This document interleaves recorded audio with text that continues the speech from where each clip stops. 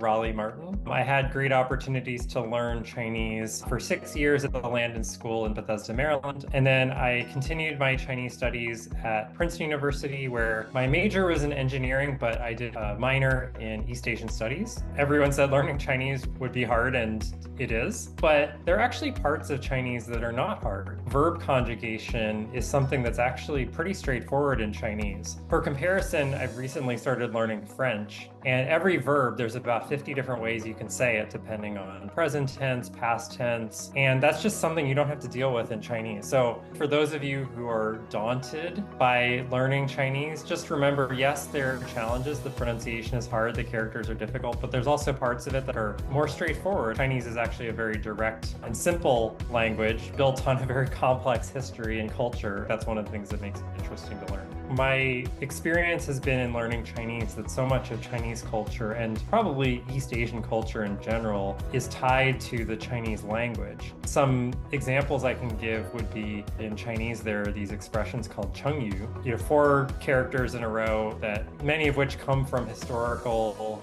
circumstances or cultural situations in China, which are embedded in Chinese language, which you hear all the time. The other is, there are certain greetings in Chinese, like chilima, which are things that people actually say. Chilima, by the way, that means have you eaten? It's something you wouldn't really ask in English, or if you asked in English, it would be a more practical question like, I'm cooking dinner, have you eaten yet? Whereas in Chinese, food and meals are kind of the center of Chinese culture and interaction. And so, learning phrases like that really gives you an appreciation for the ways in which Chinese people interact with each other. Certainly, learning Chinese can have significant benefits for one's career. For me, the benefit and the interest more has been the connecting to the culture, the connecting to the people and the food and the other aspects that make China a very interesting country and a very interesting history to explore. There's probably more in common than we realize in our day-to-day lives and how we live our lives here and how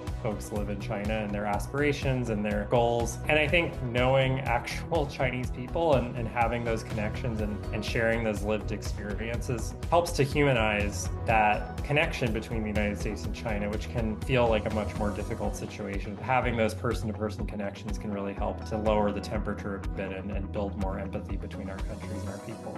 Learning a language teaches you empathy for the perspectives of others. It also teaches you important skills of patience and persistence, because progress in any foreign language does not happen overnight. The way you learn a language most effectively is repetition and just experience through time, having those conversational experiences. Patience and persistence are skills that are valuable in any type of setting, in a workplace, in a social setting, etc. The things that we accomplish in our lives that we can often be the most proud of and gain the most satisfaction from are not the things that we do immediately, but are the things that we build and develop over time. It's important just to recognize that it is going to be a challenge. It's going to be a long-term process, and just acknowledging that fact can help a language learner to be realistic about what is possible. It is very possible, and I think there are many examples of people who have become quite proficient or fluent in Chinese language. Taking it slowly, one day at a time, having appreciation for the everyday process of learning is incredibly important. Also, mixing it up how you're learning,